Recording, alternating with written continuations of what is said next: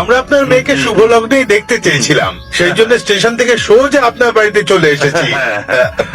Please মেয়েকে ডাকুন না। ওকে ডাকো। নিশা,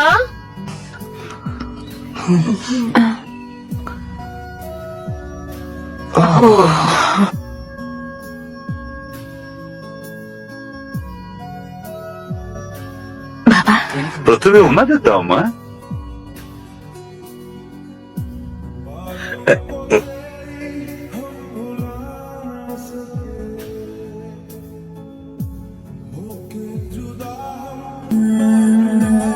মা বসো।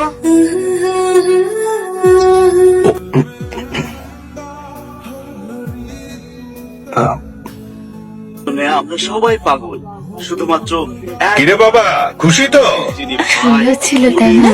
দাদা বাবা, ওনার নাম্বার আছে? চরিত্রে অভিনয় করেছে। আমার কাছে আছে। আজ সেই বলিউড 022 অমিতাভ বচ্চনের জন্ম, 261 আর সেই জন্মদিন উপলক্ষে 864476 অনুষ্ঠান গানে গানে অমিতাভ বচ্চন। চলো চলো হ্যাঁ বলো। চলো, আরেকটু বলছি আস্তে না, কথা ওখানে বলো, যাও। ফোনে জগদীশ আছে। হ্যাঁ এবার বলো। স্যার, আপনার মেয়ে খুবই সুন্দরী, তবে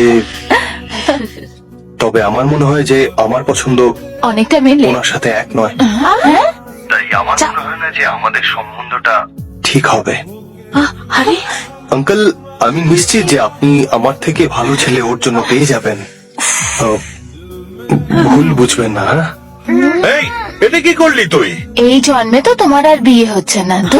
এই, আমাকে শুধু একটা কারণ বল যার জন্য ওকে পছন্দ হয়নি তোর। 3টে কারণ আছে। কি সেটা? ওর চুল 1.5 মিটার লম্বা। এ আবার কি কারণ হলো? যে মেয়ের চুল লম্বা থাকে সে কোথাও যাওয়ার আগে 1 ঘন্টা ধরে খালি এমন এমন এমন এমন করতেই ফালতু থাকে। বলিস না। এ বাইরে যাওয়ার আগে মিনিমাম 3 ঘন্টা তো লাগাবেই। আমি বলেছিলাম, না না না, আমি বলেছিলাম না। এখনই বিয়ে দেওয়ার জন্য আমি বলেছিলাম। ও খুবই লাজুক প্রকৃতির মেয়ে, আরশোলা আর টিকটিকি দেখলেই তো ভয় পেয়ে যাবে। দেখেছো নিজের বাবাকে কেমন চড় মারলো? দেখলাম। ছোটবেলায় ডিসিপ্লিন শেখানো উচিত ছিল। বাবাকে মারো, বাবাকে মারো, এই খেলা কে খেলতো ওর সাথে? ভেবেছিলাম ও একটা স্টাইলিশ মেয়ে হবে, কিন্তু মুম্বাইতে থেকেও ও খুবই সাধারণ লাগছিল।